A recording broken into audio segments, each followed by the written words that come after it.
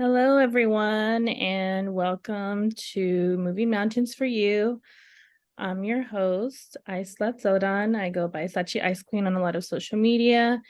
Today, we have one of the co-authors of Helping Hands with Hope, and we're going to be talking about trauma. I'm very, very excited because I think in the Latino culture, we don't really talk about this a lot. And so I think this is a topic that needs to be talked about. And so today we have Lynette Stoner. Go ahead and reintroduce yourself. Tell us a little bit about you and your family. And we're going to be talking about family trauma, and who better than two cousins? You know, we're more like sisters, really, but to talk about family trauma. So go ahead and reintroduce yourself, and our audience will definitely be excited to hear your words of wisdom. Hi, everyone. Like my cousin said, so there is a term in our community or in our language, and it's prima hermana, which means like cousin sister. And like she said, that's what we practically are. My name is Lynette Stoner. And yeah, I'm excited to be talking about trauma. It's something, like she said, that in our community isn't necessarily talked about, but I think even more so in the background specifically that me and you have.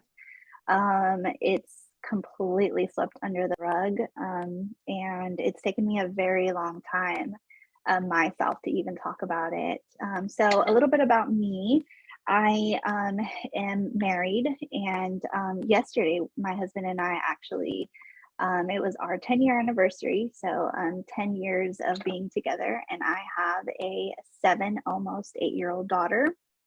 Um, and outside of that, my husband and I have ran a couple businesses. We were entrepreneurs fairly early on, and now we are in the real estate world. So we do mainly investment real estate, but we also dive into residential here and there. So where do I begin? I'll say a little backstory about me specifically before we get into trauma and why specifically my cousin asked me to come on and speak about trauma. So I know she's shared in some of her past podcasts a little bit of her upbringing. So her father was a pastor, and her mother was as well. And so I grew up in a pastor's family. And then outside of that, I grew up in a mixed household. So my dad is half Hispanic, but he did not grow up with any of necessarily his Hispanic culture or even the language. And so my dad spoke really only English. He did understand Spanish a little bit and spoke it here and there, but his native and first tongue was English. So I grew up a little bit different from the rest of my family in the sense of I had I would say, quote unquote, American dad because he was born in the United States. He's a West Coast baby. So that was a little bit different from me in regards to my cousins because they grew up with two Hispanic parents versus me. And so I moved from California to Arkansas technically at the age of 8. We came here the first time when I was in kindergarten, but we went back a couple years later. So we officially came back to Arkansas at the age of 8. And so I have been in Arkansas since 8 until now, and I am 28. So I have grown up here. So Arkansas is definitely my home. And the trauma that I have faced comes from not only just cultural differences and just being raised by a Hispanic mom, but also just the traumas of church. So mixed with just the traumas of your parents and the traumas of church, both of those things have led to just overall a lot of childhood traumas, which I kind of took on and never opened up about until just recently. Yeah, I So think opening up about it is probably the hardest part because nobody really knows what's going on in your mind unless you tell them. And yeah. so that was to me the biggest step for me. And I think because of my background in journalism, it was easier for me, but it was still really difficult. And I remember having that conversation because my upcoming book about about my divorce story, Mhm. transcending la familia, you're like you're not doing it, you're not putting your personal story in it as much as being vulnerable. And so when you told me that, I was like, "Man, she's so right," because I didn't want to, like, I didn't wanna, Yeah. like, dig deep and really share that part because it's the most painful part, and so I think, Mhm. any kind of trauma, not just family trauma, but if you've been in a past relationship that caused trauma in your life, when you, like, open yourself up to those moments in your life, you feel extremely vulnerable, one, and Yeah. then you open yourself to one, get criticized, two, really kind of you can't really take back a word, and so I Mhm. think you have to be extremely careful, especially when you're in the publishing industry, what you share about your significant other or your ex or your family. And so Right. um the Yeah, book because I mean, once it's out there and it's public knowledge and it'll be public knowledge for the rest of your life. So it can be scary to put something out on the internet that's going to be there forever that one day your kids will have access to, and will have questions of their own. But I think not only that, I think because we grew up in a pastor's family, image was everything. And so we learned from your mom, but just our other aunts and uncles and even grandparents, we learned that putting on a facade is so much easier than truly showing either your pain or even who you truly are. Again, we just learned that keeping the actual issues in is better, and then putting a face of I'm okay, I'm fine, things are great, my marriage is great, nothing's going on with me, all of that. Or even in the sense of religion, like even questions that we had about God or any type of in-depth spirituality, we never really asked because we were expected to know it or to just not say it. And so I think that also not only just the culture that we live in, and then also just our upbringing of growing up in a Hispanic family, but then also you add growing up in the pastor's family, where all eyes are on you. And so any type of improper behavior, you grow up with a sense of, let me bottle that in and pretend that everything is great. Yeah, it's very true because I think the biggest difference between my intermediate family and yours Yes. is that we, like you said, you grew up with your dad speaking English. Both of my Mhm. parents' first language was Spanish. So not only was I battling, that language barrier, I was also battling that culture barrier because we weren't born in Central America. We weren't Mhm. raised over there. And so I think that also adds with my ex, as well, because he was not born and raised here in the United States either. So it was very similar to the family trauma that we endured, but it was very, very different in the sense of it was a little more personal because we were spouse, that was my spouse. Right. So we have a couple questions that we definitely wanted to cover, just to address certain things that I think is really important for anybody that is going through, recovery and, healing from their any kind of trauma. And Mhm. so the first one is when growing up, how did you respond to parenting that was difficult to deal with? This is a good one. Um, so because my parents came from two completely different families, but also cultures, it was really different because my early years, I was raised by my grandparents on my mom's side, and my aunts and uncles. So the beginning years when you're meant to create that bond with your parents, I didn't necessarily create that bond. I created it with other people in my family. And so I think that that added to the withdrawal that I felt from my parents because I didn't get that initial bond with them. And so I learned to speak Spanish first through my grandparents because, again, lived with them for a little bit. And so from my grandparents, I think I was taught to be obedient and quiet and reserved. And so I was very just obedient. Like I was a good little girl. I don't ever remember giving any trouble to any elders. I always like, when they told me to do something, I'd do it. And then when my mom decided to move to from California to Arkansas, that was a pivotal moment because those are the years that I really remember.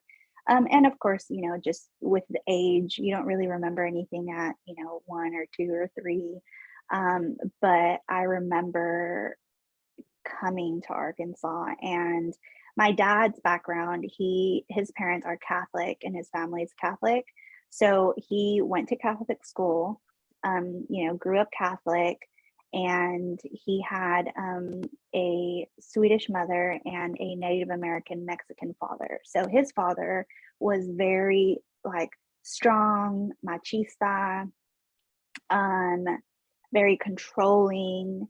And my grandmother is the opposite. She was just very sweet and calming, just kind of went with whatever her husband said. And then, of course, growing up in Catholic school, my dad was taught, to be obedient and all of that. But my dad honestly wasn't a big like punisher when it came to like spankings or anything. He honestly didn't believe in spankings. And so his way of parenting was more gentle parenting. Like he was definitely the more, if there's an issue, let's sit down and talk to her about it. Like I want her to truly understand, why I don't want her to behave this way and what the consequences of that is versus my mom. My mom, of course, grew up in a very strict household, got spanked a lot, saw a lot of spankings. And I don't think my personal style of discipline is spankings, but I think that there's a difference between a spanking and then like physical abuse. And I think that that's where our side of the family definitely took, where it could be one spanking or two spankings to like multiple spankings where it leaves bruises, and maybe not even with a belt. Like I got hit with cords or sticks. I think that is the type of like spankings and abuse that our parents went through. And so they kind of passed that down to us when it came to disciplining us. And so it was weird because I had one parent that was very gentle, that was willing to sit down and talk to me about it, and just help me understand the reasonings why my behavior maybe wasn't great and what I can do to change it. And then I had, another parent that the minute I did something wrong, she just resulted to screaming, or just straight to abuse. And so my parents clashed a lot because of that. And so I remember my dad stepping in a lot and kind of defending me. And so I think that's where it was a little bit hard because when you don't have parents that are on the same page, realistically as a kid, you know who to go to and you kind of know who to manipulate. And so anytime I kind of got in trouble with my mom, I would just run to my dad because I knew that my dad would kind of save me from getting a spanking. Um, and I see where I resorted to that, but I also see where I also maybe kind of had a role to play in the disagreement and the arguments between my parents, because they didn't see eye to eye on that. And I'd run to my dad, and then my dad would, kind of save me. And then that would start an argument between him and my mom. So yeah, when it comes to that, I just had two different approaches to discipline. Now, my dad did pass away at the age of, I was 10 years old. And so after he passed, I only had, one parent, my mom. And so I no longer had anyone to gentle parent me or no one to save me. And so um, that was difficult because for the short years that I had my father actively present in my life, he did show me a ton of care when it came to discipline. And then when you take that away, it's kind of hard because you no longer kind of have that comforting feeling in a parent because my mom wasn't a comforting parent. She was just very, one, she always worked. And so she was just more absent. But two, she has a strong character. And so it was just like poof, you no longer have that other parent. And so now, no matter what, you have to deal with this other parent. And that was very difficult. And it caused a ton of resentment and just turmoil with me and my mom because she just was never gentle when it came to discipline. It was always like 0 to 100, and there was like no in between when it came to her discipline style. I remember because right around when your dad died, my dad left and he left the country. Yeah. So very similar. So we grew up very similar in the sense of we didn't have a dad or a stepdad Hmm. present, and both of our moms never remarried. And so I feel like we grew Hmm. up very similar. I think the biggest difference was that my mom was an ordained minister and had a little bit more patience and a little bit more Hmm. understanding. But it was still two, Central American women that went through a war that was raising a girl, in my mom's case, multiple girls, uh, Hmm. and leading a flock, without dealing with their own trauma. And so, Yeah. I think whenever we grew up, it kind of forced us to kind of look at when we became moms, it forced us to think like them and be like, and give them more grace and more compassion because now we know what it's like. Um, and Yeah. so it gets a little different, learning how to deal with certain types of parenting. And me personally, I still struggle with discipline when it comes to disciplining my son because one, he's autistic, but two, because of the way that we were raised, I know how much trauma I endured, which wasn't very much because I'm the youngest, but I still saw a lot. So Yeah. it's kind of, it's alarming to, trying to process everything before you try to break those generational curses and not have that same trauma to your children. And Mhm. so, who Well, made you realize what you needed? Who made you realize you needed help with your trauma? so before I answer that, I'll say for me, back to just the point that you just said, for me, I don't think I gave my mother grace, and I don't think I understood her reasonings behind the way that she disciplined. When it comes to when I became a mother, for me, when I became a mother, it actually added to the resentment because the moment that I gave birth to my daughter, and I remember a couple hours later, after everybody had left, family left, I was, up by myself in the hospital room. My husband was passed out on the couch. And my cousin ended up staying with me in the hospital room that night, and she was asleep as well. So it was just me, and I was holding my daughter. And it was probably the first quiet time I had just with me and her that day. And so I remember just looking at her and, just being in awe that like I now have this tiny little human to take care of. Um, and I think that in that moment, it kind of just brought a flashback of all of just the hurt and pain that my mom caused me. And it made me question a lot of things because it made me see she had that same exact experience. As mothers, after you hold your baby, you're just flooded with the emotions of like, all I want to do is protect and keep this, baby safe and do my absolute best to raise them as best as I can and not do anything that, could add, give them trauma. And so it just made me question like her decisions, and the things that she did to me, because in that moment I just thought like there's no way that I could ever do that to my daughter. And so it added to the resentment, towards her. And it took me a really long time to let go of that. And even now, like it's definitely difficult to understand it. But yeah, I just wanted to say that bit, that for me, it was actually, when I had her, it was even harder in the moment to give my mom grace, and to give her compassion. So, um, back to the second question.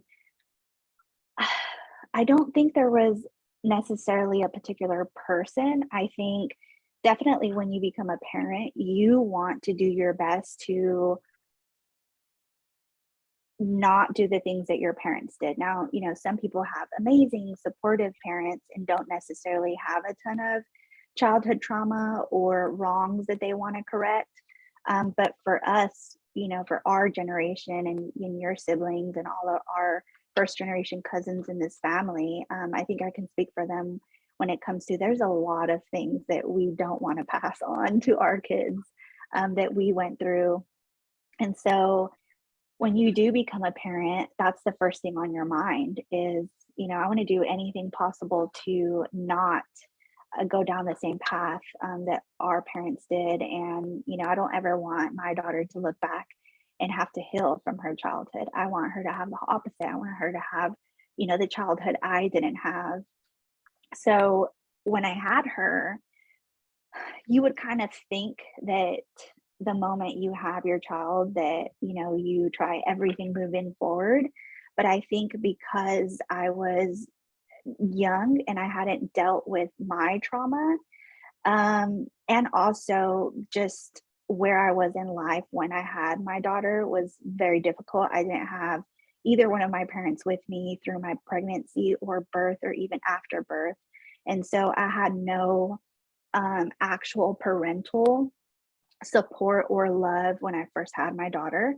I did have family members, around me, but it doesn't matter. When you have a child for the first time, it hurts to not have either one of your parents there. So I think, one, me being young and not still living in denial about my trauma, not knowing how to work on my trauma, and then just where my husband and I were when I had my daughter. I I did a really bad job in the beginning, of dealing with my trauma. And I would say it wasn't until last summer, and what really kind of hit me and kind of stopped me in my tracks, um, was, it boiled down to our business. So my husband and I had a business, and we had a, restoration business. So we did water, fire, mold remediation. And when we closed the doors to our business, a lot of things changed for me. A lot of emotions just flooded me when we had to make that call. And it put me in a very low place in life where I was starting to question a lot of things. I questioned, my religion, my relationship with God. Of course, when you running a business can really take a toll on your marriage. And so, my marriage was, kind of at a low place. And then just transitioning from not owning a business to, okay, what career path do I want to do now? And just being in the limbo of that. I think all of those things kind of, I almost would say, I had a midlife crisis, although, I'm still in my 20s, but that's kind of what it felt like to me is everything that I had envisioned for myself didn't turn out the way I thought. And so because of that, it made me question a lot of things in life. And that's when I started to have a lot of conviction, and I started to really look at my childhood past, and connect the dots. And I started to really take time to self care, which I hadn't done that like really at all. Um, I'm just naturally such a lover and giver of my like time or resources or anything I have. And so I naturally tend to put my needs last and put everyone first. And so I started to really not feel guilty to put myself first and take the time that I needed and to start voicing that I needed time and I needed space. And so I started to implement like waking up a little bit early so that I have, some time of quiet and peacefulness in my home to start my day and to think. And I have a hammock in our backyard, which I love. It's a great place to just go outside and have quiet time outside. And so I started doing those things. And when I started doing those things, in those moments, I started to use that time to pray or to meditate. Um, and I started to ask God to open up my past and to convict me of the things that were weighing me down. And because I started to ask God those things, He slowly started to deliver. And I started having, I guess, dreams, visions of my past. And that really kind of opened up like Pandora's, box. It started to open up a lot of things that I had suppressed and I was living in denial with from my past. And because of that, it started to give me guilt about um, things that I had, hid from my husband, hid from family, hid from friends. And that's when I really saw like all along the reason why I couldn't, communicate right or not feel guilty for putting myself first, or the reason I made certain decisions, all rooted to my childhood. And not saying that you shouldn't take responsibility for any good or bad choices that you made in life. At the end of the day, you can't, just blame everything else on anyone. You still have the conscious choice to make, a good or bad decision. But it really showed me that just a lot of the way I expressed myself or didn't express myself definitely led to a lot of childhood abuse that I went through. And so that's when I decided, okay, so now that I know that a lot of my um, deep rooted issues comes from my childhood, what do I need to do next to start healing and working on all of my childhood issues? Um, because I know that if I can start working on those and either through therapy or however, I knew that if I can really get to the deep rooted issues of some of my childhood things, I knew that that would help me in so many areas of life. So that was really it. It was just more so closing my business showed me a lot of flaws that I had and just a lot of pain that I had, which then just led to a rabbit hole of so many different things. So it wasn't necessarily a person. I think at the end of the day, yes, like my daughter and my husband are you know, the main people, and they're my family, they're my immediate family. And so I want to be the best, wife that I can be and the best daughter, or I mean, mother that I can be. But in order to be the best wife and the best daughter and give the best of myself, I really have to work on myself first, because you can't give from an empty cup. And that's what I was doing for a very long time. I was just giving and giving and giving from an empty cup, which I then think just that's led very to common.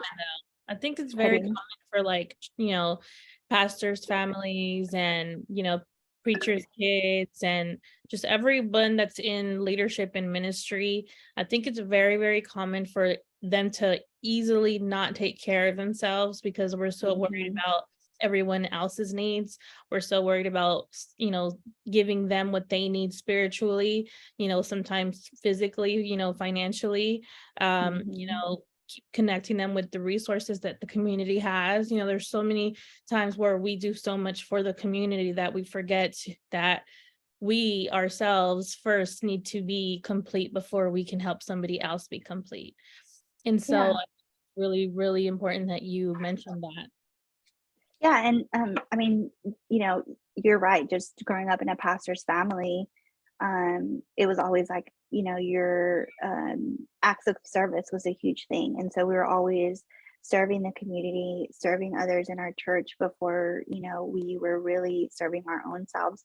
But I think not only that, we self-care is not necessarily a huge thing in our culture. It's now becoming that because of the younger generation, but the older generation I wouldn't say um, doesn't believe in self-care, it's just never taught, and so when you're never taught that, it's hard, to then implement that and change things, and I mean, we never saw our moms, taking a day to go to the spa or to go do their hair or to go to the nail salon, or to just take an hour drive by themselves. Um, we never saw any form of self care from our own mothers.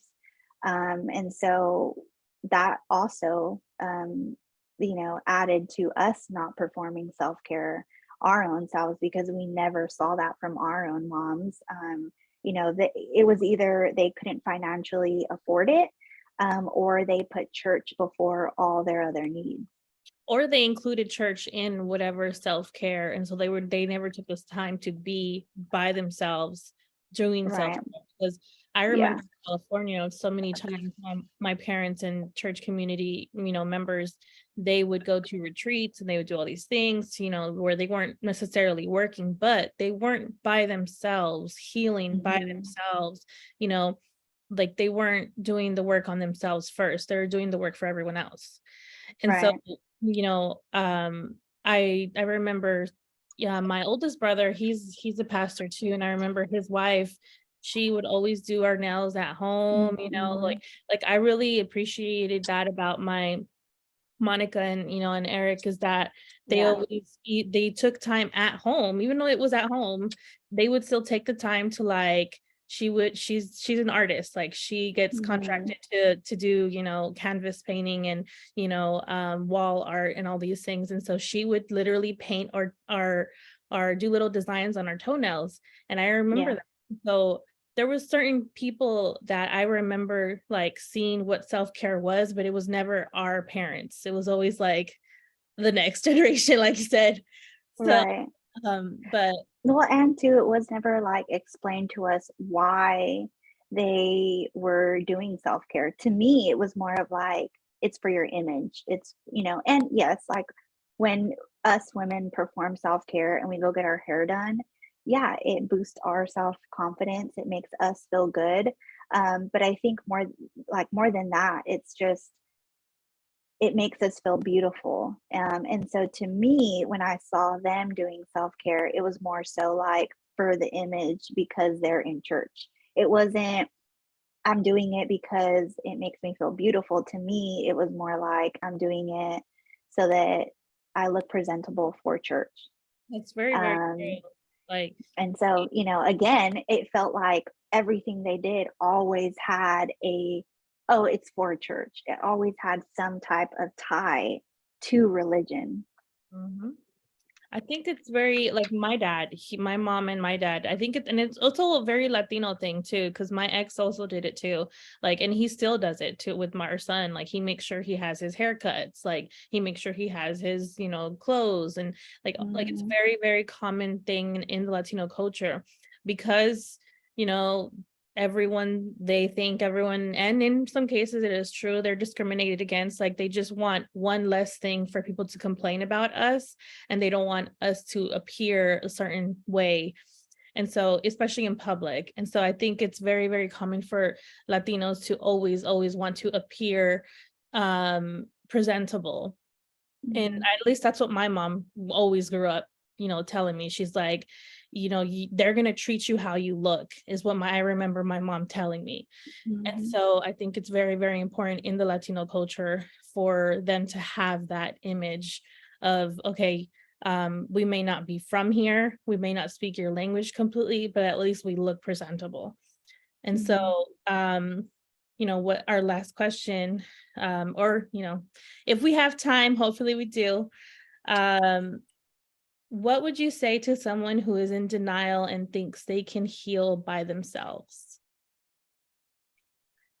So, someone that's in denial, I would say, really, I think that is something that to me is a more of a deep within conversation um, that God needs to be involved with. Because I think that if you feel any sort of trauma in any sense, whether it's from your childhood or a relationship, whether it's an intimate relationship or maybe it's even friends and family that may have caused trauma or teachers, just whatever it is, if you have any type of pain towards the past and you might feel like maybe there's more to it, um, I think that that is something that if you allow yourself even a little bit and you allow your heart and your mind to be open a little bit, and you ask, whether you're religious or not, you ask deep within yourself and you have that time to yourself to be alone and no one else around you, and you really dig deep within yourself and ask yourself, what more is there that I'm not seeing? What am I hiding from my own self? Um, and you ask God to help you reveal those things. I think that is going to help push those things out. And, I understand not everyone believes in God. Not everyone has a good experience maybe with God, or I wouldn't say necessarily God. I would say just religion. Religion has it has affected a lot of people, and I understand that. And so, maybe you are not in a point of life where you believe in God, but I think that even if you don't have that conversation with God and don't believe God, I think that ask yourself those questions yourself. Ask, have that either internal dialogue or speak it out. For me, when it comes to working on my trauma, I've learned to physically voice out those things. And so, back to kind of what I had said is I started to ask those questions out loud, like, what happened between the ages of 5 and 10 to me? Why do I feel a certain anger towards this person in my past? Why did I make this decision? um, I think slowly, because you're kind of putting that out there verbally, I think that slowly you'll start to kind of open doorways, and things will start to reveal yourself or reveal themselves. And, living in denial is really, really, really hard, because to me, it's like you're putting a lid on things.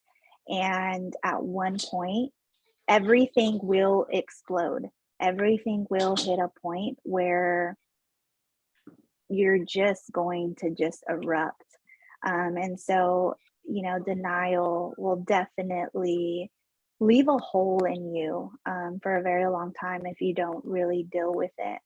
Um, and what was the other part of that question? What would you say to someone that, they're still in denial, but I mean, you answered it. I always like to ask this one to all of our guess because I think it kind of helps them, self-reflect. But Mhm. if life was a lesson, what would you say it's been teaching you using one word?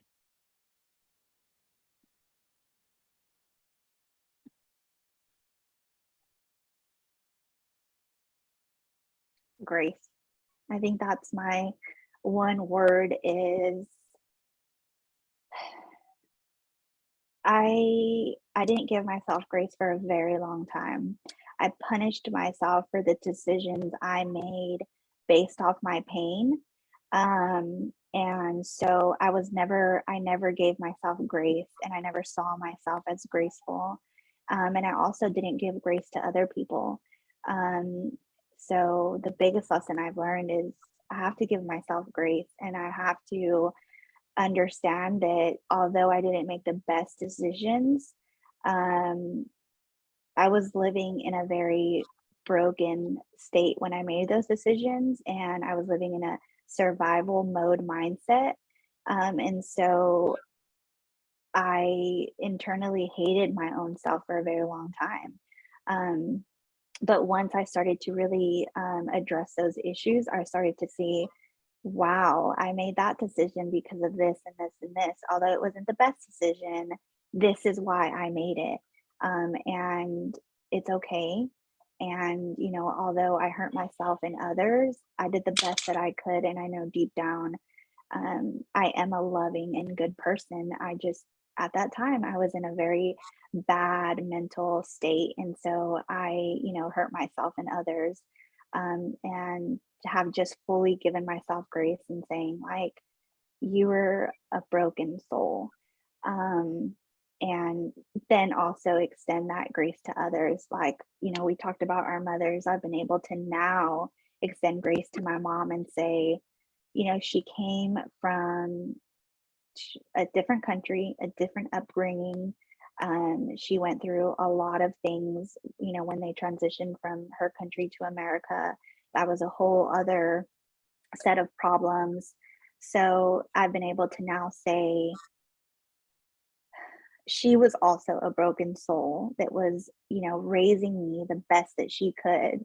And although she made a lot of mistakes, I don't think that my mom maliciously did anything harmful to me. It was just all based off, the best that she could, and her being in a broken state as well. I think that's really good, that you can recognize that, because a lot of people nowadays, like, they're so easy to blame everyone else except for themselves. Like, I think, you when you have that victim mentality, I truly believe you can't get anywhere. Like, No, because it's you have to at some point take responsibility for your decisions, even if you made that decision, from a broken heart or from trauma or anything like that. At the end of the day, you had a decision to make, and so you've got to take responsibility for that fact. But I think that I could say that there's a lot of people in our family that live from a victim mindset, and that's how my mom was. And I think that also being first generation, we were taught, well, yeah, we may have given you a bad upbringing. We may have not, given you the love you needed or the communication, but we sacrificed our lives. And so that kind of neglected everything else.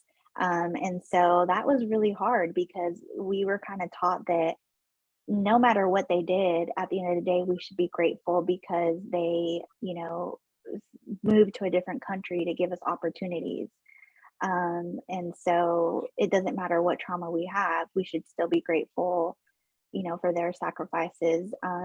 But I say all that to say, I mean, me and you both are very proud of our family, and we're very fortunate that, our parents and grandparents made those hard decisions and sacrifices so that me and all of our, cousins and siblings could have this life in America and to be free here. But we also didn't ask to be born. Like we came into this um, um, And I don't think it's necessarily fair to throw that and say, to not take responsibility for the way that they parented us just because they gave us the opportunity here in America. It still doesn't, neglect the fact that they didn't handle things a certain way.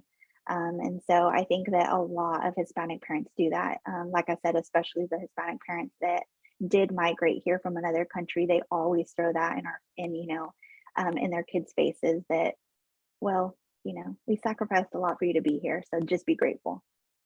Yeah, I think that's really true. I think, being part of a family that most Latinos are, we're pretty proud of our culture. And I mean, I think we should be. I think there's a lot of good things about our culture.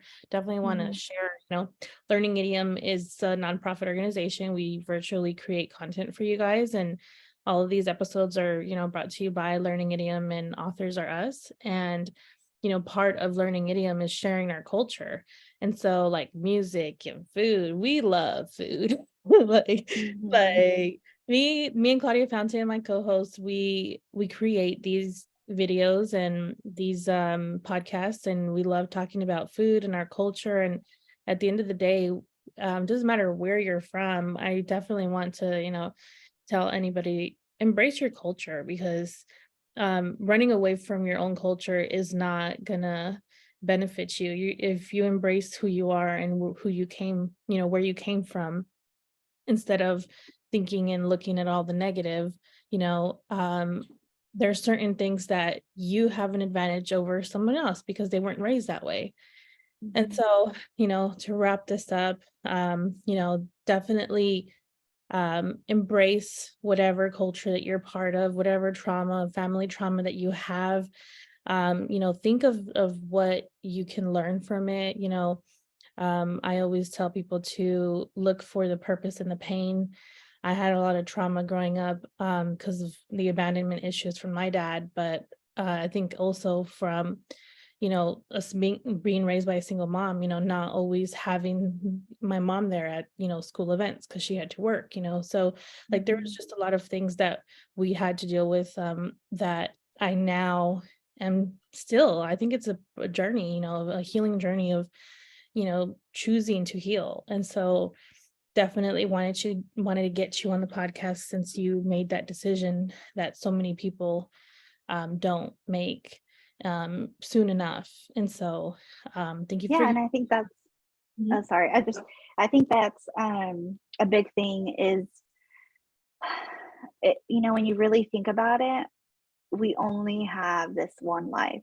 We cannot we can't go back to tomorrow. Tomorrow's already done. And so I think you really need to just look at it as if I only have this one life to live, do I really want to live this life holding on to anything that doesn't benefit me?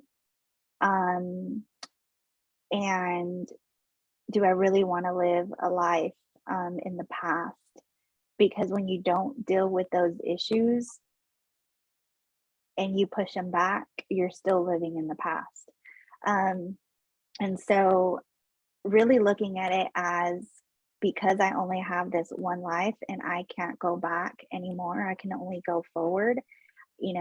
Looking at it as I want to live the remainder of my years in harmony and peace and serenity and happiness and joy and giving um, the most of yourself to the world as you can. And I think for me, looking at it that way, it reminds me all the time that I want to work on, my issues so bad so that I can live the remainder of my life in those happy and being at peace and having serenity.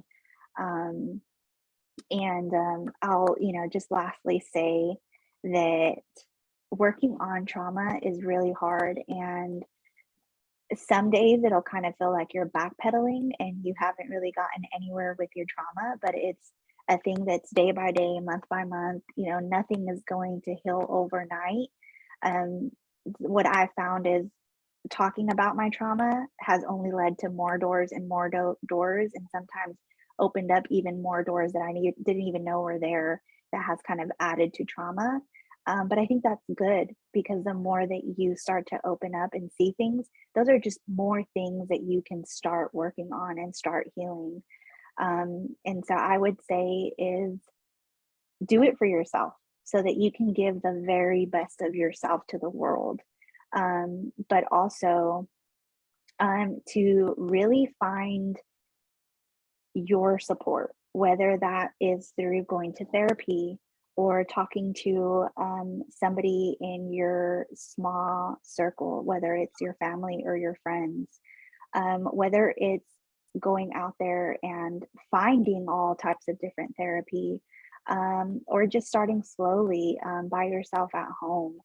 Just taking that initial step is going to be so rewarding for you. And being disciplined with it is another big thing, because with healing and with trauma you can kind of get lazy, because when the pain starts coming on and the memories start coming on, sometimes you kind of want to escape back into yourself and say, never mind, let me just deal with this another time, or another year. But I think that if you can just face it head on and start doing those steps and being disciplined, like if you're going to go to therapy, maybe if you can't hold yourself accountable, have someone that can hold you accountable and push you to go to therapy, push you to find, different forms of therapy. And just remember that everyone, even if you came from a great childhood, great parents, even if you've had great relationships, we all deal with things. We all have made mistakes. We all have things that we're not proud of. And I think that's a big thing, is to understand that nobody is perfect. No one is. And so give yourself grace in knowing that you made mistakes and they may have been bad, but everyone does, and you're not alone. And really finding your group that will show you grace, and that will show you love and support, will really help you to see that you're not the only messed up person. Like, there is so many people that may Yeah. feel like that. They No, might feel speaking of like which, no one will though, understand me. since we're live, definitely wanted to shout out Maria Romero, because she commented as we were, talking, and she said, thank you both for sharing your stories. So, definitely check out the book. And yeah, it's we're gonna be hearing more from Lynette, because she's gonna have her own podcast. So definitely wanted, to give her time to, let you guys know when to be expecting that, what to be looking out for. And we're gonna Yeah, all her I'm content. excited for that. So I'm super, super excited. I love getting fellow podcasters on the podcast, because I don't have to I guess whenever I ask questions, some people are very, very short and they don't really elaborate. Um, I don't have that problem with podcasters, and I like that, because that's the whole Mhm. point of it, is to, be open and share. And so not be afraid of the mic. And so Mhm. definitely wanted to give you a little bit of time to give you shout outs, and then, name of your upcoming podcast, and how they can find you. Yeah, so kind of had what I said in the beginning when I started, like, really my healing journey was last summer. And what helped me really get through the beginning stages was one of our family members. She's been through a lot of trauma, and so she's always been a very, like, open book. And I think I can speak for you, is that she's always been that one person that you can come to her with anything, and she's willing to listen and to give advice. And so I came to her, and she kind of started to help me and give me tools and advice on how to move forward, and what to do next. But also, um, I started to run a lot. And so during that time where I was, like, running outside and going on walks, I would be listening to podcasts. And so many, like Jay Shetty, Lewis, I can't remember his last name, Lewis something.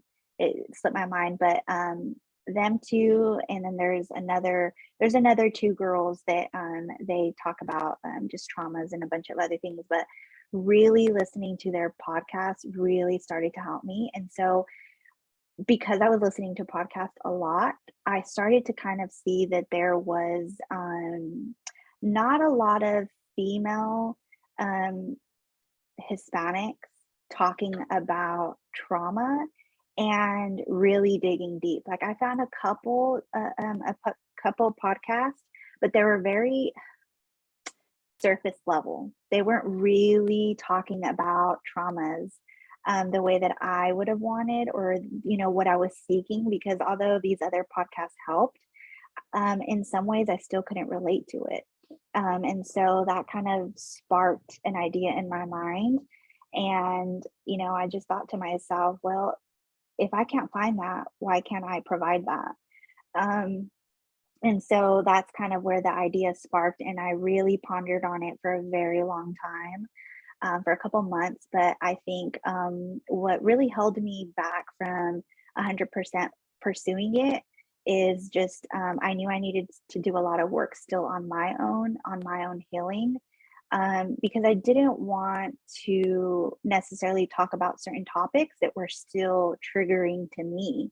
I wanted to start really digging deep and healing some of the things and working on them before I, put myself out there. And another thing is, I did go through, physical sexual abuse. And so a big thing is I wanted to deal with that before I like publicly put something out there. But my podcast is going to be called Surrender to Serenity. And so it kind of speaks for itself. When I was able to surrender a lot of my past things, it gave me a lot of serenity within myself, within my marriage, within my relationship with my daughter, and relationships around me with my family. And so really the topics I'm going to be speaking on is just you know childhood trauma, and talking about how it was growing up in a Hispanic religious family, and also grief, the death of a parent and how that impacted me.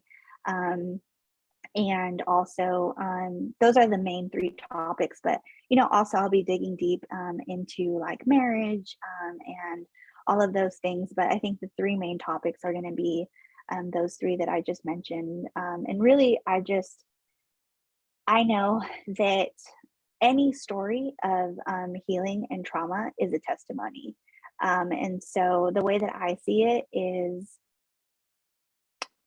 I can keep my healing and my past to myself, but if it can help anyone in any way, whether it's to maybe give them the opportunity to speak up, or give them someone to relate to, or help them see that, oh, I have that same issue and I've never dealt with it. If I can help anyone in any way, why not? Why not use anything in my past to help someone else? Um, and because we come from a religious family, we both know testimony is everything. And so I think that it's a great way to show other people that you can overcome, um, and that your past doesn't define who you are now at all. And so I'm excited to open up about myself and kind of spill the tea on my own life and my past, and just put myself out there, and also have guests eventually. I want to have guests eventually to share, part of them, and to really have a place where they feel safe to be able to talk and not feel judged from me, and also just have someone there on their side that, although I may have not lived their certain traumas, but someone that can say, like, hey, you have a seat at my table, and I'm here for you. I love you. There's an open door, and you can get past this. Yeah, I think that's amazing. So speaking of fellow upcoming podcasters, we do have here the John, the Moniker Fire. He is also going to have his own podcast called Talking with the Monarch. And Mhm. so he definitely wanted to close it out with the Bible verse. So go ahead. Well, but first off, Lynette, we just want to say thank you for sharing what you did. Um, Sometimes, it's not easy to speak up, whether it be about family or friends, people close to you, and to open up and talk about those kind of things because trauma comes in many different forms. Mhm. And I really appreciate you speaking out and saying what you had to say. Yeah, thank you for that, John. And yeah, I mean, talking about trauma is definitely hard, especially when it does involve people in your circle and family and friends, because just because you're ready to heal and talk about those things doesn't mean that the other people on the other end of that are ready. Um, but to say that, it's your journey and your journey alone. No one else is involved in you healing and you speaking up about it. So, maybe if the other side isn't as supportive or as understanding as to why you're speaking out, I think that focusing on your own journey, and allowing them to see that you are opening up about it in your own way, is a good thing. And to not hold back, to know that um, you can speak about it even if they may not be supportive or understanding or want you to, um, do it anyways. That I couldn't agree with you more, and that's the reason why, I wanted to close out this podcast. This Bible verse has touched me in a lot of different ways. And I feel that it has a little bit to do with dealing with trauma. So we're going to go to Mhm. Second Corinthians chapter 5, verse 18. And it says, all things are of God, who hath reconciled us to himself by Jesus Christ, and hath given us to the ministry of reconciliation. You know, Mhm.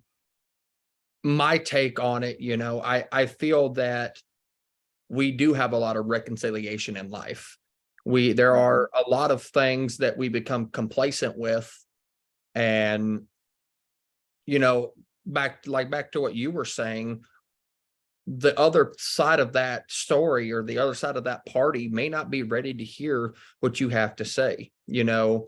I dealt with something personally. Me and my actual father, we uh we got into a bit of a big disagreement.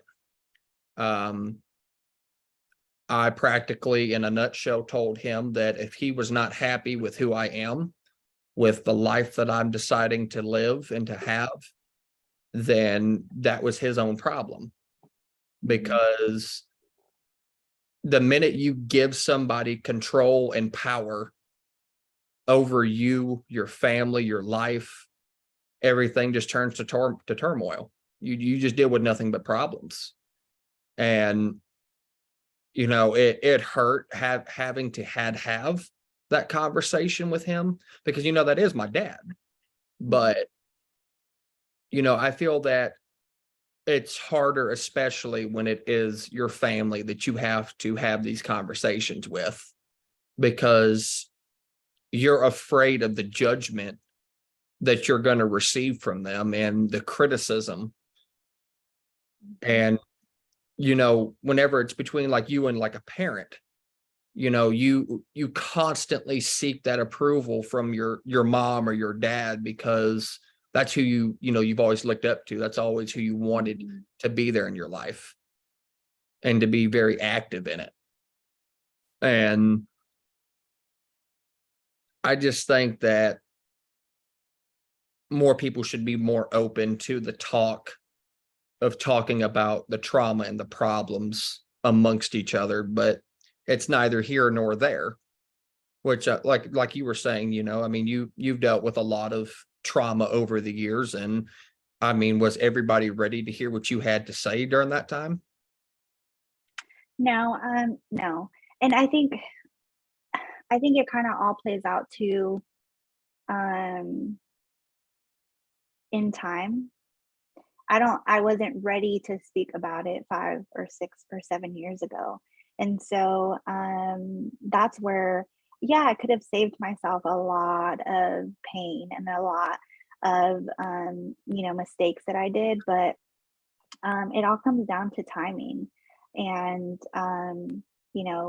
the door just happened to open for me at the right time. And there was a lot of family, and I think even now there's a lot of family that still doesn't know a lot of things from my past.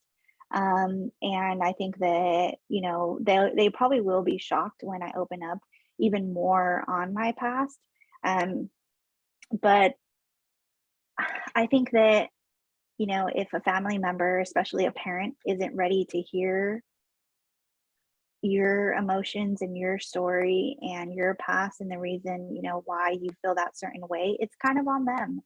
As long as, if your decision is to reconcile with a parent and sit down with them and talk to them, or even over the phone talk to them, I think you kind of have to go into a mindset of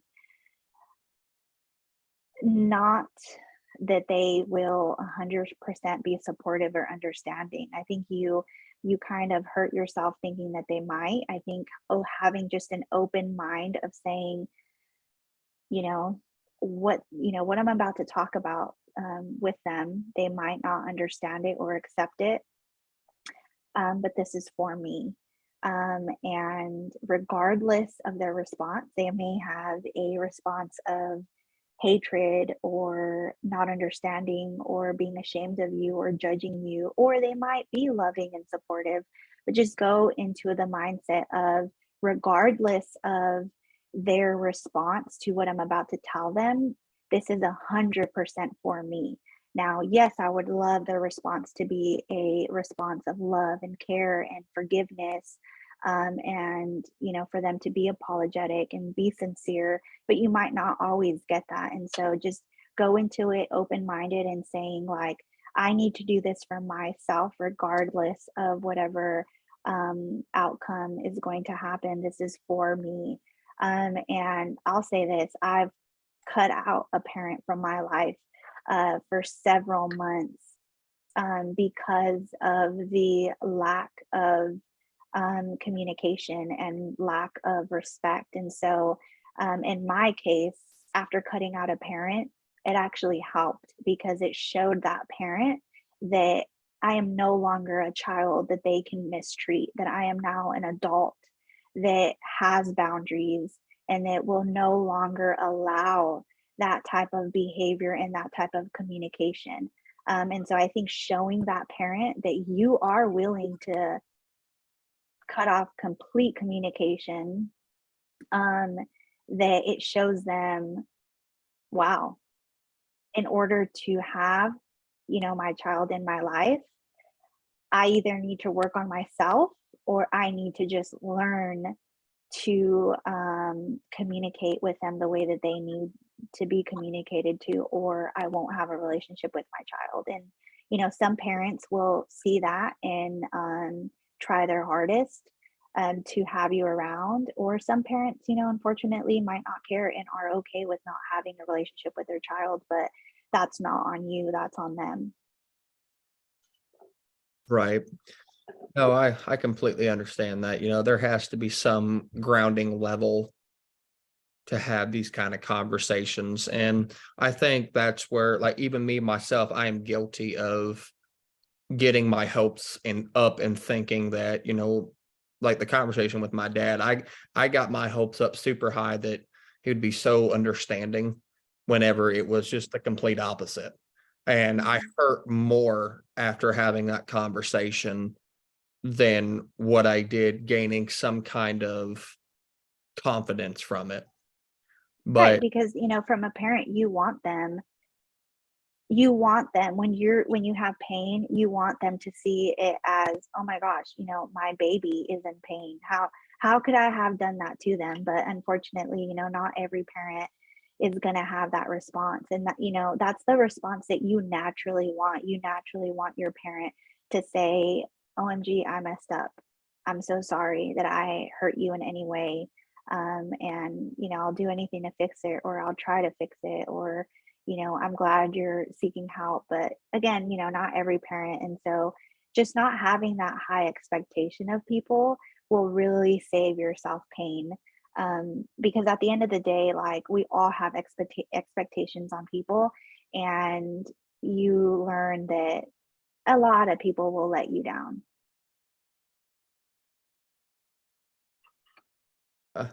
Yeah, I agree with that 110%. Everybody, we want to thank Miss Lynette Stoner for Mrs. Okay, I'm sorry. Mrs. Lynette Stoner. She's taken, y'all. She's taken. We love Tyler. Yes, we do.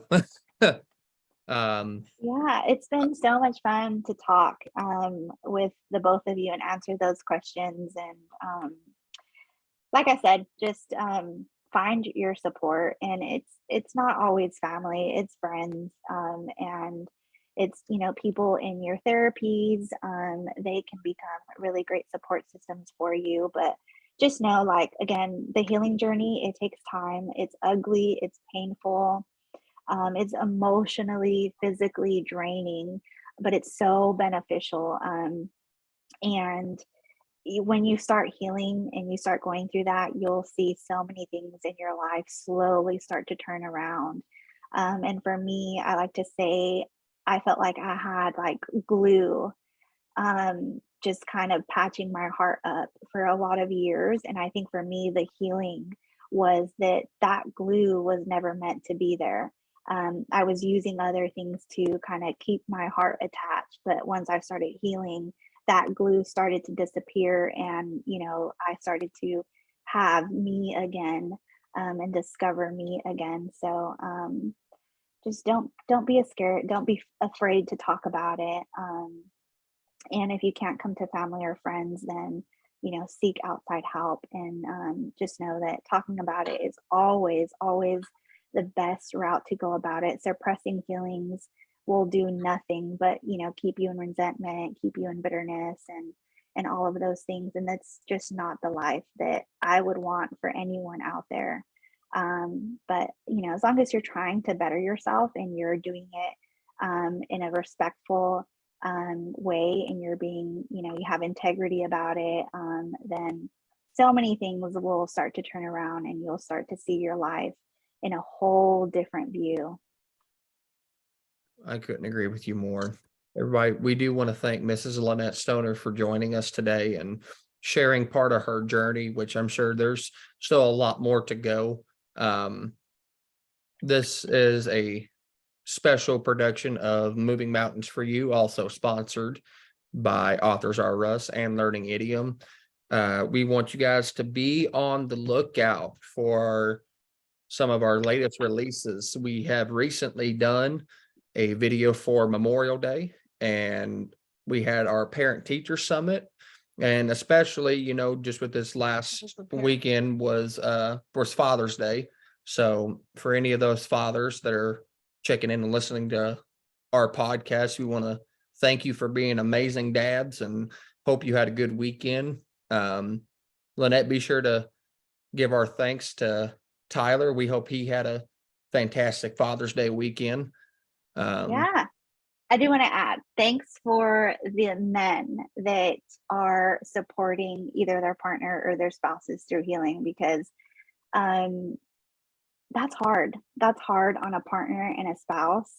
And so their support, if you have a spouse or a partner going through any type of trauma or trying to heal, be supportive. You might not understand it. You might not understand the mood swings and all of that, but just be there for them. And thanks to the ones that are supportive, and do push you to be the best you. I couldn't agree more. One last thing to touch on before we close up. Everybody, like Lynette was saying, the amount of love and accreditation you should give your spouse is just so high, because you have no idea what is going on in the other person's mind whenever you accommodate to them and their needs, and just telling them, thank you, I love you, thank you so much for what you do, I couldn't do this without you. Just those small things can go a long way. And a lot of the times I don't think fathers get enough recognition, whether they be dads or stepdads or even someone that just grew up down the street from you and helped take care of you. I did a study that Father's Day, believe it or not, is the 18th most celebrated holiday. 18th. Halloween is number 6. So that's something I've always had a hard time understanding, is how does something like that come before your parents? Why don't we give our parents more recognition than what we do?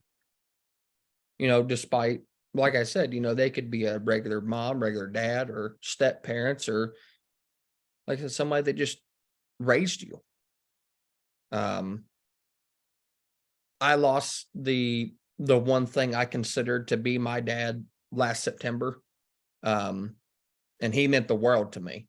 That man is responsible for helping raise me, and he tried to set me on the right path growing up. And so, it hurts for Father's Day because I didn't have him, because this was the first year I didn't have him. And so, that man taught me so much. He couldn't teach me everything, due to him becoming very, very ill. But I'm so glad and happy to have had that kind of inspiration in my life, because you don't always get that. You don't always No. get to have that immense love that you so desire to have from a mom or dad. And it's a feeling like no other. So, to all those who are suffering out there that don't know what it's like to feel loved by your parents, just know that God is always there for you. We're always here. Don't be afraid to ask for help. Yeah, and just to close it out for sure, you're watching, if you're on YouTube or Instagram, on Facebook, you're watching Moving Mountains for You. I'm your host, Aysleth Zeledon, aka Sachi Ice Queen. And the other one that you see right next to me is Transcending La Familia. That is our Spanglish podcast. And so definitely wanted to say to check out the Spanglish one if you speak Spanish. It's mostly Spanish, but we do include a little bit of English. But yeah, we will see you guys in the next episode, and take care. God bless, and peace be with you.